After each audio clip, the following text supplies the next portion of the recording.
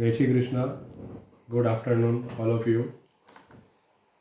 Introduction to accountancy जो first chapter है, हम अकाउंटेंसी, अकाउंटिंग, बुक कीपिंग का कंसेप्ट पढ़ रहे थे.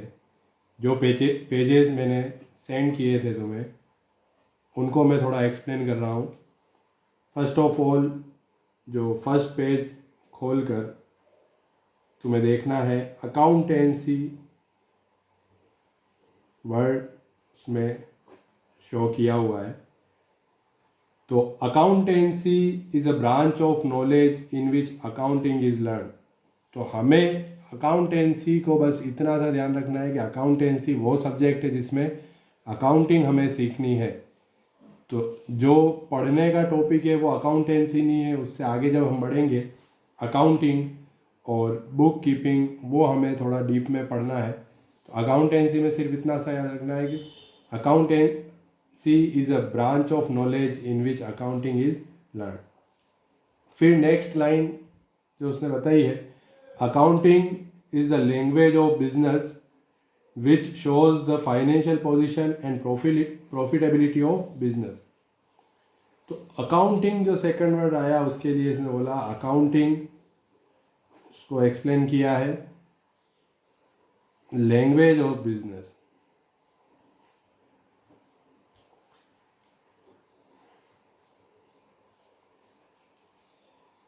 जैसे किसी पर्सन की पहचान उसकी लैंग्वेज से होती है, उसी तरह किसी बिजनेस के बारे में हमको कुछ जानना होता है तो अकाउंटिंग को उस बिजनेस की लैंग्वेज कहा जाता है. तो यहाँ इसने कहा है accounting is the language of business which shows the financial position and profitability of business. तो दो वर्ड आए, एक होता है फाइनेंशियल पोजीशन और एक profitability. With the help of accounting, ये दो जो मेन टास्क है वो फाइंड आउट किए जाते हैं अकाउंटिंग से, फाइनेंशियल पोजीशन एंड प्रॉफिटेबिलिटी. तो यहाँ पर क्वेश्चन बनता है कि प्रॉफिटेबिलिटी अगर हम फाइंड आउट करते हैं कि प्रॉफिट और लॉस, तो कहता है कि अगर किसी कंपनी, किसी फर्म या किसी बिजनेस या किसी शॉप की प्रॉफिटेबिलिटी अच्छी है, मतलब वो अच्छा प्रॉफिट अर्न कर रही है, तो फाइनेंशियल पोजीशन फाइंड आउट करने की कहाँ ज़रूरत है. जब प्रॉफिट अच्छा है तो फाइनेंशियल पोजीशन अच्छी ही होगी. लेकिन ऐसा नहीं है. फाइनेंशियल पोजीशन फाइंड आउट करने के लिए हम आगे जब प्रोसेस पढ़ेंगे, बैलेंस शीट बनाई जाती है, जबकि प्रॉफिट और लॉस की कैलकुलेशन के लिए प्रॉफिट एंड लॉस अकाउंट बनाया जाता है. तो यहाँ पर ये कंसेप्ट आता है कि प्रॉफिट किसी फर्म का ज़्यादा हो सकता है, तो ज़रूरी नहीं कि फाइनेंशियल पोजीशन. हो सकता है उसने बहुत ज़्यादा लोन ले रखा हो लोगों से, बैंक से या फाइनेंशियल इंस्टीट्यूट से बहुत ज़्यादा लोन लेकर बिजनेस रन कर रहे हैं, तो प्रॉफिट तो कमा रहे हैं, लेकिन लोगों को हमको जो पैसा देना है वो बहुत ज़्यादा पैसा, हमारी लाइबिलिटीज़ बहुत ज़्यादा है. तो किसी फर्म का प्रॉफिट अच्छा है वो इस बात को प्रूव नहीं करता है कि वो उस फर्म की फाइनेंशियल पोजीशन भी अच्छी है. इसलिए प्रॉफिट और लॉस की कैलकुलेशन के बाद भी फाइनेंशियल पोजीशन की कैलकुलेशन के लिए बैलेंस शीट प्रिपेयर की जाती है, ताकि पता लगा सकें कि फर्म की एसेट्स और लाइबिलिटीज़, ये सब हम वोकेबुलरी आगे पढ़ेंगे, कितनी फर्म की एसेट्स हैं, कितनी लाइबिलिटीज़ है, और उसकी फाइनेंशियल पोजीशन कि वो अपने लाइबिलिटीज़ या लोन्स को रीपे करने में कैपेबल है या नहीं. ये सब बैलेंस शीट बनाकर उसकी फाइनेंशियल पोजीशन डिटरमाइन की जाती है. तो अकाउंटिंग के लिए इसने कहा accounting is the language of business which shows the financial position and profitability of business. तो ये दो चीज़ें हम फाइंड आउट करेंगे आगे प्रोसेस में. फिर where did the concept of accounting come from, कि अकाउंटिंग का कंसेप्ट, तो लास्ट वीडियोस में मैंने ये तुम्हें समझाया है कि अकाउंटिंग का जो कंसेप्ट है वो आया कहाँ से. तो वहाँ वर्ड आया था बुक कीपिंग. तो जब इसने स्टार्ट किया है बुक कीपिंग से, तो बुक कीपिंग में इसने लिखा है to forget is a normal feature of human mind, so each financial transaction, तो ये फाइनेंशियल वर्ड जो था इसको मैंने कहा था अंडरलाइन हमें करना है, तो साथ में कॉपी सामने रख के ये वीडियो देखनी है तुमको। सो each financial transaction of business can not be remembered. तो हिंदी में एक लाइन होती है बहुत अच्छी, पहले लिख पीछे दे, भूल पड़े कागज सोले। तो जो हिंदी मीडियम की बुक होती है उसमें अकाउंटिंग की जो प्रोसेस है उसको समझाने के लिए बहुत अच्छी लाइन दी हुई होती है, पहले लिख पीछे दे, भूल पड़े कागज से ले। तो ये कहते हैं कि जैसे एक नॉर्मल कोई पर्सन है तो भूलना उसका स्वभाव होता है कि हम एक लिमिटेड चीज़ें ही हम याद रखते हैं, वो भी एक लिमिटेड टाइम तक, उसके बाद हम कोई छोटी बड़ी जो भी बात होती है सब बातें हम भूल जाते हैं। तो कहता है कि पहले लिख पीछे से भूल पड़े कागज से ले। बिजनेस जब हम करते हैं तो वहाँ पर हमको प्रैक्टिकल रहना है, हमें व्यावहारिक बनना है वहाँ पर। तो कहता है कि अगर आपका कोई फ्रेंड, आप शॉप पर बैठे हो, कोई फ्रेंड आया, 100 रुपये का कोई गुड्स उसने आपसे परचेज़ किया और उसने कहा कि मैं ये 100 रुपये बाद में दूँ, बाद में देता हूँ, अभी मेरे पास पैसे नहीं हैं। तो अगर हम उसे पहले वो 100 रुपये का गुड्स देकर बाद में लिखने बैठे तो इसको अकाउंटिंग गलत कहती है। वो कहती है पहले लिख पीछे दे, भूल पड़े कागज तो ले। 100 रुपये का हमने उसे गुड्स दिया, जैसे ही हम लिखने बैठे मान लो दूसरा कस्टमर आ गया, तो हम पहले कस्टमर को हैंडल करते हैं, ना कि हम उस चीज़ को लिखने बैठते हैं। तो हम उस कस्टमर को गुड्स देने लग गए, मान लो 3-4 कस्टमर और आ गए, और फिर जब हम लिखने बैठे तो उस समय भूल गए कि क्या लिखना था। तो हो सकता है सामने वाला भी भूल जाए और हो सकता है उसकी नीयत नहीं हो देने की, तो एटलीस्ट जो लॉस होगा वो लॉस किससे होता है, बिजनेस को होता है। तो बुक कीपिंग में यही कहते हैं कि to forget is a normal feature of human mind, कि वो एक नॉर्मल फीचर है, कोई बड़ी बात नहीं, भूलना स्वभाव होता है इंसान का, तो वो भूल जाता है। तो each financial transaction of a business can not be remembered, हर एक ट्रांजेक्शन याद नहीं रखा जा सकता। We have to record such transaction in books. तो कह रहा है कि इसलिए हमको बुक्स रखनी पड़ती है, और बुक्स जो रखते हैं वही प्रोसेस क्या कहलाती है, बुक कीपिंग। तो बुक कीपिंग में be defined as primary stage of accounting. तो बुक कीपिंग जो है वो primary stage.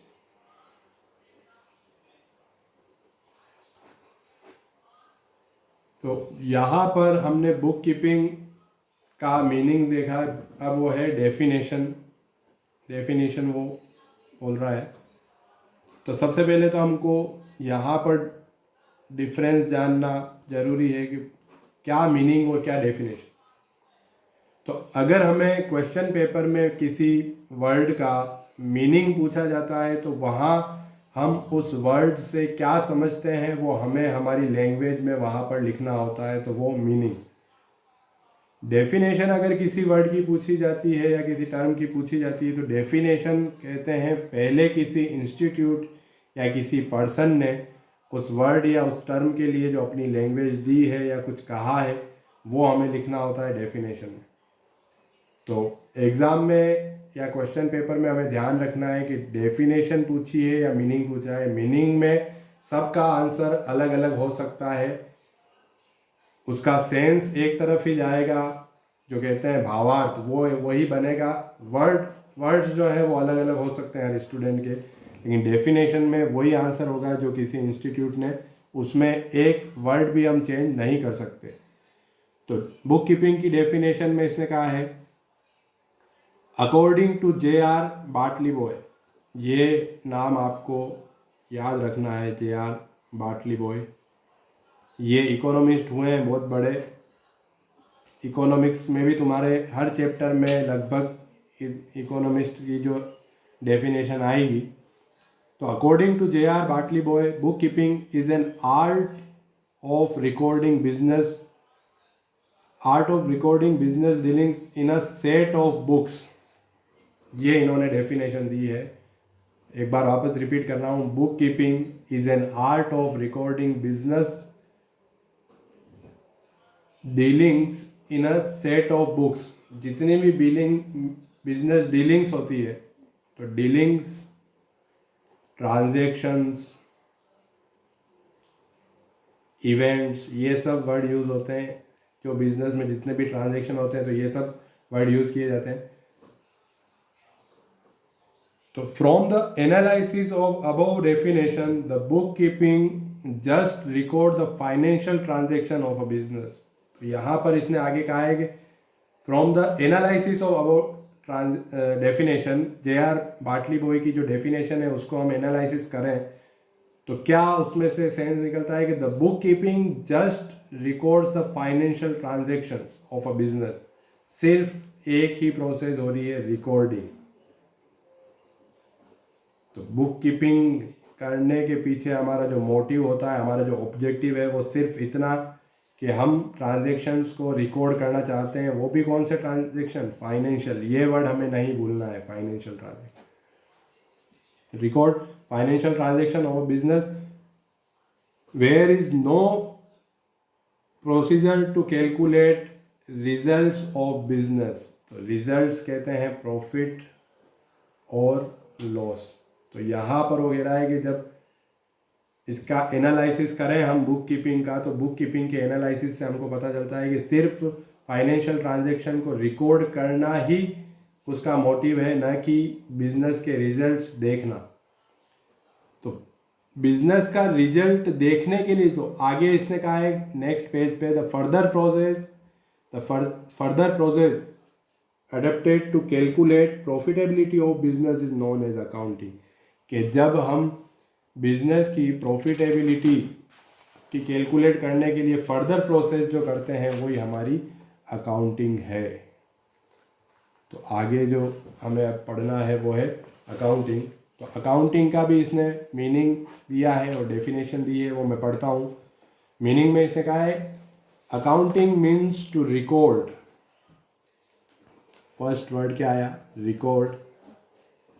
Financial transaction of a business, फिर वर्ड आया क्लासीफाई। तो जब हम आगे अकाउंटिंग की प्रोसेस पढ़ेंगे तो ये एक एक वर्ड वापस हम एक्सप्लेन उस समय में करूँगा। देखो कि अकाउंटिंग में रिकॉर्डिंग कैसे होती है, क्लासीफाइंग, उसके बाद वर्ड आता है समराइजिंग। जब अकाउंटिंग पूरे साल भर में जितने भी ट्रांजैक्शन हुए, तो जो यूज़ करने वाले यूज़र्स जो हैं, जैसे ओनर हुआ, बैंक वाले हुए, गवर्नमेंट हुए, तो वो साल भर के अकाउंट्स नहीं देखते, उन्हें तो पूरे साल भर का रिजल्ट 2 या 3 पेज में चाहिए। तो वो जो प्रोसेस हम सीखेंगे वो है समराइजिंग। तो accounting means to record financial transaction of a business, classify and summarising them in significant manner. Significant manner, हम प्रॉपर फॉर्मेट बनाना सीखेंगे। कोई भी चीज़ ऐसे ही नहीं लिख दी जाती। अकाउंटिंग में जर्नल एंट्रीज, लेजर, सबका फॉर्मेट बनाकर प्रॉपर वर्क किया जाता है। And to calculate and interpret the results thereof. एक वर्ड आया कैलकुलेट और एक आया interpret. Calculate and interpret the result thereof, कि अकाउंटिंग से प्रॉफिट और लॉस की कैलकुलेशन करो और उसके बाद इंटरप्रेट करना, मतलब कम्युनिकेशन करना उस रिजल्ट्स को जिन लोगों को ज़रूरत है। जैसे बैंक वाले मांग रहे हैं, आपको लोन चाहिए तो हमको आपके बिजनेस के अकाउंट्स बताओ, ओनर को बताओ, तो वो सब कहलाती है प्रोसेस इंटरप्रेट करना। तो ये अकाउंटिंग का मीनिंग। तो जब डेफिनेशन है तो जो इंस्टीट्यूट है AICPA, बुक कीपिंग की डेफिनेशन जे.आर. बाटली बॉय की पढ़ी थी। अकाउंटिंग की डेफिनेशन AICPA जो इंस्टीट्यूट है, पूरा नाम है इसका American institute of certified public accounts. अगर वहाँ पर जो पेज सेंड किए उनमें पूरा नाम इसका नहीं हो तो ये फुल फॉर्म AICPA की हमको याद रखनी है। ये अमेरिका का इंस्टीट्यूट है सर्टिफाइड पब्लिक अकाउंट्स का, तो American institute of certified public accounts, इसने अकाउंटिंग की डेफिनेशन दी है। Accounting is the art of recording, वापस देखो वर्ड क्या रहा है। तो जब भी कोई इंस्टीट्यूट या कोई इकोनॉमिस्ट या कोई पर्सन किसी चीज़ की डेफिनेशन देता है तो डेफिनेशन में हमेशा स्टैंडर्ड वर्ड यूज़ किए जाते हैं। तो accounting is the art of recording, classifying and summarising in significant manner and in terms of money. Terms of money ये बहुत इम्पोर्टेंट वर्ड है कि जो भी ट्रांजैक्शन बिजनेस में हो रहे हैं वो टर्म्स ऑफ मनी के, अगर पैसों से कोई रिलेटेड है तो ही हम उनको रिकॉर्ड करते हैं। इसलिए ये financial word terms of money ये बार बार उसको लिख रहा है। और आगे जब हम अकाउंटिंग के कंसेप्ट पढ़ेंगे तो उसमें आएगा money measurement concept, money measurement concept. तो वो कंसेप्ट भी हमें यही कहता है कि बिजनेस में जिन ट्रांजैक्शन को मनी में मेज़र किया जा सकता है उन्हें ही हमको रिकॉर्ड करना है, बाकी रिकॉर्ड नहीं करना है। तो मनी मेजरमेंट कंसेप्ट के अकॉर्डिंग ये बार बार ये वर्ड यूज़ कर रहा है। Transaction and events which are in part at least of financial character, वो कह रहा है कि पूरा का पूरा ट्रांजैक्शन फाइनेंशियल हो जरूरी नहीं, लेकिन उसका जितना पार्ट फाइनेंशियल है वो पार्ट हमको रिकॉर्ड करना। And interpreting the results thereof, और जो भी रिजल्ट्स हमको मिले वो आगे हमको उनको इंटरप्रेट करना यूज़र्स को। ये जो अकाउंटिंग की डेफिनेशन AICPA ने दी वो।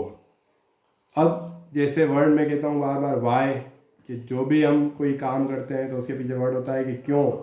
तो वैसे ही अकाउंटिंग के लिए कि अकाउंटिंग क्यों की जाती है, तो ऑब्जेक्टिव्स उसने कहा है, 5 ऑब्जेक्टिव्स वहाँ हमको दिए हैं। First, to record financial transaction of business. तो फर्स्ट तो यही है कि अकाउंटिंग करने वाला पर्सन, हर पर्सन प्रॉफिट और लॉस की कैलकुलेशन करे या फाइनेंशियल पोजीशन की कैलकुलेशन करे या ना करे, वो ईयर एंड होता है या बाद की बात है, लेकिन फर्स्ट उसका जो ऑब्जेक्टिव होता है वो फाइनेंशियल ट्रांजैक्शन जो हो रहे हैं उन्हें रिकॉर्ड करना चाहता है, ताकि वो किसी ट्रांजैक्शन को भूले नहीं कि किसी से पैसे लेने हैं या किसी को पैसे देने हैं। तो फर्स्ट जो आया वो रिकॉर्ड करना। सेकंड, टू डिटरमाइन प्रॉफिट और लॉस, प्रॉफिट और लॉस की कैलकुलेशन करना, ये ऑब्जेक्टिव होगा। थर्ड, फाइनेंशियल पोजीशन, तो इसके लिए मैंने अभी जैसे बताया था प्रॉफिट और लॉस की कैलकुलेशन के लिए ईयर एंड में प्रॉफिट एंड लॉस अकाउंट बनता है, और फाइनेंशियल पोजीशन की कैलकुलेशन के लिए बैलेंस शीट बनाई जाती है। एक इसने फोर्थ कहा है, effective control over business. Business पर इफेक्टिव कंट्रोल करने के लिए भी अकाउंटिंग की जाती है। तो इसे मैं थोड़ा एक्सप्लेन कर रहा हूँ। इफेक्टिव कंट्रोल का मतलब ये है कि अगर आप अकाउंटिंग नहीं करते हो तो आप आपके बिजनेस को कंट्रोल नहीं कर सकते। कैसे समझना, जैसे एक एग्जांपल लेते हैं कोई भी शॉप का, जैसे राज स्टेशनर्स। तो राज स्टेशनर जो शॉप है, ये मान लो इसने 1000 रजिस्टर परचेज किए थे। तो 1000 रजिस्टर परचेज किए, तो जैसे ही परचेज हुआ और परचेज होते ही इसके स्टॉक में शो होते हैं 1000 रजिस्टर इसके स्टॉक में आएंगे। नेक्स्ट डे इसने मान लो 200 रजिस्टर्स सेल किए, तो स्टॉक जो होगा वहाँ से 200 रजिस्टर्स गए तो स्टॉक शो होगा 800। फिर मान लो उसने 500 सेल किए तो स्टॉक शो करेगा 300 रजिस्टर अभी भी हमारे पास है। पर ये सब कब पता चलता है, जब रजिस्टर मेंटेन किए जाए, अकाउंटिंग की जाए। अब ये मानते हैं कि राज स्टेशनर जो है वो अकाउंट्स मेंटेन नहीं करता है, अकाउंटिंग नहीं करता है, तो उसने 1000 रजिस्टर खरीदे। तो अब वो क्या समझेगा कि 500 बचे हुए हैं, मतलब वो समझेगा 500 बेच दिए। 450 बचे हुए हैं तो वो समझेगा 550 बेच दिए। पर अगर मान लो वहाँ पर काम करने वाला कोई पर्सन है, उसने 50 रजिस्टर चोरी कर लिए या छुप के बेच दिए, तो वो पता नहीं चल पाएगा, क्योंकि वहाँ तो उसको लगेगा 450 बचे हैं मतलब 550 बेच दिए। क्यों? क्योंकि अकाउंटिंग नहीं की जा रही। इसलिए भी अकाउंटिंग की जाती है ताकि इफ़ेक्टिव कंट्रोल किया जा सके बिजनेस पे। तो यहाँ पर जब हम अकाउंटिंग करते हैं तो जैसे ही 200 बेचे और वहाँ पर 800 है, 500 बेचे तो 300 है, अगर इन 300 की जगह 250 रजिस्टर वहाँ पर हुए दुकान में तो वहाँ पर वो पकड़ सकता है कि 50 रजिस्टर और होने चाहिए, जो सेल हुए उसके हिसाब से 300 रजिस्टर होने चाहिए, लेकिन 250 रजिस्टर ही है। तो ये बिजनेस पर इफ़ेक्टिव कंट्रोल भी अकाउंटिंग के बिना नहीं किया जा सकता। फिर जो नेक्स्ट इसने ऑब्जेक्टिव बताया है वो last, to provide information to financial parties या यूज़र्स, कि जो फाइनेंशियल पार्टीज़ या यूज़र्स हैं उन्हें इंफॉर्मेशन देने के लिए भी अकाउंटिंग। तो कौन कौन से यूज़र्स और पार्टीज़ होती है जो हमारे अकाउंट्स में इंटरेस्टेड होते हैं, तो फाइनेंशियल पार्टीज़ और यूज़र्स भी कहते हैं इन्हें, कि हम जो अकाउंट्स प्रिपेयर करते हैं अकाउंटिंग में उन्हें कौन कौन पर्सन्स यूज़ करेंगे। तो पर्सन्स या यूज़र्स को दो कैटेगरी में डिवाइड किया है, इंटरनल यूज़र्स और एक्सटर्नल। तो इंटरनल यूज़र्स और एक्सटर्नल यूज़र्स, दो यूज़र्स में इतने कैटेगरी में डिवाइड किया है। तो इंटरनल यूज़र्स कहते हैं जो बिजनेस के इंटरनल पर्सन्स हैं वो भी अकाउंट्स यूज़ करते हैं, जैसे ओनर। तो ओनर या प्रोप्राइटर, तो उसने तो कैपिटल इंट्रोड्यूस करी है, उसे तो सबसे ज़्यादा इंटरेस्ट होगा उसके अकाउंट्स में कि मैं जो पैसा मैंने इन्वेस्ट किया है उस पर कुछ कमा रहा हूँ या नहीं कमा रहा हूँ। फिर मैनेजर और डायरेक्टर्स, ये पूरे बिजनेस को कंट्रोल करते हैं, तो इन्हें भी अकाउंट्स देखने होते हैं कि कहाँ पर पैसा ज़्यादा लग रहा है, कहाँ कम लग रहा है और लगाने की ज़रूरत है, कहाँ पर खर्चों को कंट्रोल करना है। और एम्प्लॉयज़ और वर्कर, बहुत सी बुक्स में एम्प्लॉयज़ और वर्कर्स को एक्सटर्नल यूज़र्स में भी दिया जाता है, अपनी बुक में इसे इंटरनल यूज़र्स में लिखा हुआ है। एम्प्लॉयज़ और वर्कर्स बुक्स ऑफ अकाउंट्स इसलिए देखते हैं ताकि वो बोनस या इंक्रीमेंट की डिमांड कर सके मैनेजमेंट से, कि हम हमारी मेहनत से हर साल बिजनेस ज़्यादा से ज़्यादा प्रॉफिट अर्न कर रहा है तो हमें बोनस दिया जाए या हमारी सैलरी या पे में इंक्रीमेंट किया जाए। तो ये सब इंटरेस्टेड होते हैं, ये हैं इंटरनल यूज़र्स। उसके बाद एक्सटर्नल यूज़र्स, तो एक्सटर्नल यूज़र्स में गवर्नमेंट हमारे बिजनेस के अकाउंट देखती है, उसे सिर्फ एक ही चीज़ से मतलब है, टैक्स, कि कहीं हम टैक्स की चोरी नहीं कर रहे हैं। सेकंड, बैंक वाले तब जाकर हमारे अकाउंट्स में इंटरेस्टेड होते हैं जब हमें उनसे लोन लेना हो। तो पहले वो हमारी क्रेडिट लिमिट देखते हैं कि ये जो फर्म या शॉप वाला है या प्रोप्राइटर है हमारे लोन को रीपे करने में कैपेबल है या नहीं। बिना अकाउंटिंग के अकाउंट्स देखे वो हमें लोन प्रोवाइड नहीं करते। फिर वर्ड आएगा क्रेडिटर्स, ये आगे हम पढ़ेंगे टर्मिनोलॉजी में। क्रेडिटर्स वो पर्सन होते हैं जिनसे हम क्रेडिट पर गुड्स परचेज करते हैं, उधार माल खरीदते हैं। तो कोई भी पर्सन किसी अननोन पर्सन को उधार पर माल नहीं देता, वो हमारे अकाउंट्स देखेंगे कि ये जो शॉपकीपर है पहले दूसरे लोगों को टाइम पर पैसा देता है या नहीं। और लास्ट है इन्वेस्टर्स, जो लोग हमारी फर्म में पैसा लगाने में इंटरेस्टेड हैं। तो वो जितने भी ये लोग हैं इंटरनल और एक्सटर्नल यूज़र्स हुए, ये हमारे अकाउंट्स को या बुक्स ऑफ अकाउंट्स को यूज़ करते हैं। तो आज फर्स्ट, सेकंड और लगभग थर्ड पेज तक मैंने एक्सप्लेन किया है, बाकी का कल की वीडियो में मैं समझाऊंगा। आज के लिए इतना काफ़ी।